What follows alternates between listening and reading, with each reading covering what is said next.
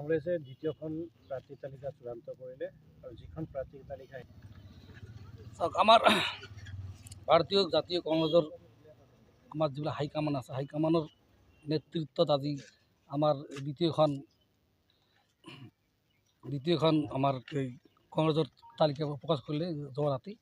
আৰু এই দ্বিতীয়খন তালিকাত আমাৰ গোলগঞ্জ সমষ্টিত মোক আমাৰ হাইকমানে যোগ্য বুলি মানি লৈ যি মোক আশা কৰি যি টিকেটটো প্ৰদান কৰিছে, ময়ো তাৰ আশা পূৰা কৰিম বুলি মই আপোনালোকৰ জৰিয়তে তাক জনালোঁ। আৰু মই আমাৰ গোলগঞ্জবাসী ৰাইজৰ দোৱা আৰু আশীৰ্বাদৰ কাৰণে কিন্তু 1 নম্বৰ আমি টিকেটটো মই পাইছোঁ। কাৰণ তেওঁলোকে যে আশীৰ্বাদ নিদিলে হয় আজি মই টিকেটটো নাপালোঁ। আৰু তাৰ লগত মোক সহায় কৰিছিল আমাৰ 1 নম্বৰ মোৰ সহায়ক আছিল আমাৰ ধুবুৰী সাংসদ ৰকিবুল হুছেইন ডাঙৰীয়া ছাৰ। তেওঁ মোক মই এজন এক সময়ত মোক আপোনালোকে জানে 2023ত যি ৰাজনীতি দলে মোক পলিচি কৰি যি মোক বৰবাদ কৰাৰ ষড়যন্ত্ৰ কৰিছিল, সেই সময়ত কিন্তু মোক আমাৰ MP ছাৰে কিন্তু মোক কিন্তু হাত ধৰি তুলি আনিছিল। আৰু তুলি অনাৰ পিছত আজি মোক এই গোলগঞ্জ 6 নং গোলগঞ্জ সমষ্টিত এজন কেইদিনমান আশাবাদী আছিলোঁ, এতিয়া মোক টিকেটটো প্ৰদান কৰিলে। তাৰ কাৰণে প্ৰথমতে মই ধন্যবাদ জনাম আমাৰ ৰকিবুল ছাৰক, তেওঁ যি মোক সহায় কৰিছে। আৰু ধন্যবাদ আমাৰ লোকাল আমাৰ বিধায়ক আমাৰ গোলগঞ্জ সমষ্টিৰ বিধায়ক শোভন চৰকাৰক, তেওঁ মোক বহুত সহায় কৰিছে। আৰু সহায় কৰিছে আমাৰ দুই ব্লক সভাপতি আমাৰ জাতীয় কংগ্ৰেছৰ 2 ব্লক আৰু মণ্ডল কমিটিৰ লগতে বুথ কমিটি লগতে সমূহ ৰাইজ। আৰু মোক হাইকমানৰ পৰা যি আছে আমাৰ গৌৰৱ গগৈ ডাঙৰীয়া, আমাৰ পিতৃৰাজ ছাৰদে, তাৰপিছত আমাৰ জিতেন্দ্ৰ সিং ডাঙৰীয়া বহুত সহায় কৰিছে। আৰু ইয়াত সহায় কৰিছে আমাৰ হাইকমান ৰাহুল গান্ধী, লগতে আমাৰ প্ৰিয়ংকা গান্ধী মেডামক সহায় কৰিছে। আৰু তেওঁলোকৰ যি আশা এইটো মই পূৰা কৰাৰ কাৰণে চেষ্টা কৰিম আৰু কৰিম। ইয়াত প্ৰতিদ্বন্দ্বিতা প্ৰতিদ্বন্দ্বী বুলি আমি কাকো নাভাবোঁ। কাৰণ ইয়াত যিটো দল, ইয়াত 2টা দলে 1 নম্বৰ আমাৰ জাতীয় কংগ্ৰেছ আৰু BJP, আৰু এটা আছে এতিয়া শুনা পাই আছোঁ UDF মানে BJP। এইবিলাকতো আমি লাভ নাই, কাৰণ BJP এবাৰ ইমান ভোটত হাৰিব গোলগঞ্জ সমষ্টিত। আপোনালোকে জানে যি BJP এক সময়ত মোৰ লগত যি অত্যাচাৰ কৰিছিল, আজি আপোনালোকে প্ৰমাণ অলপমান পাইছে। কাৰণ মই টিকেট পোৱাৰ লগে লগে আমাৰ গোলগঞ্জৰ প্ৰাক্তন বিধায়ক অশ্বিনী দাস সৰকাৰ এটা পোষ্ট দিছে তাৰ পেজত, আপোনালোকে পাইছে নাপাইছে নাজানো। 2023ত যিটো মোৰ ঘটনা হৈছিল, এই ঘটনাক লৈ এটা নিজে ভাবি এটা পোষ্ট কৰিছিল যে 100 কোটি নহয়, 1000 কোটি নহয়, 101 নহয়, 2 নহয়, 100 কোটিৰ এটা কেলেংকাৰী দালাল বুলি মোক আখ্যা দিছিল। দালাল মই নহয়, জাতিৰ দালাল তেওঁহে। আমি জাতীয় সংগ্ৰাম কৰি ল'ৰা 5 বছৰ তেওঁ জাতিৰ কাৰণে কি কৰিছে।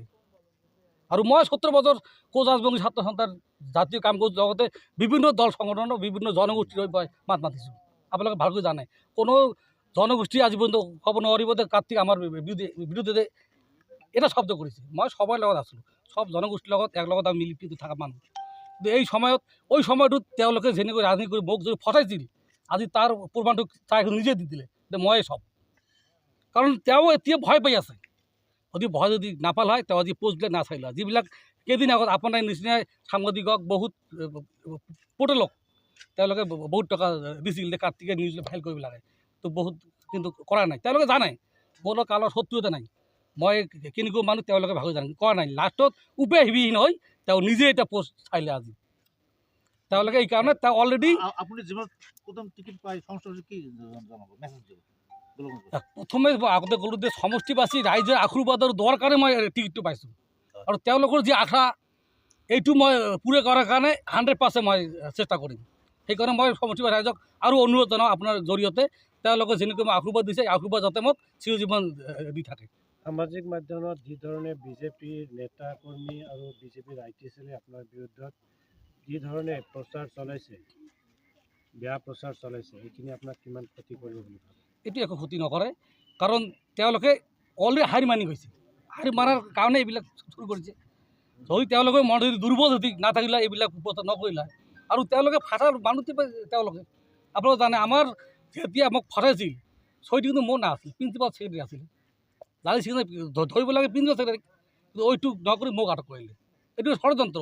মইতো আগতে কৈছোঁ যদি মোৰ সহি হয় আপোনালোকে ফঞ্চি কওক, মোৰ আপত্তি নাই, কিন্তু এইটো এটা ষড়যন্ত্ৰ। আর টাকা আছিল আমার 11 কোটি, খালো মই 100 কোটি।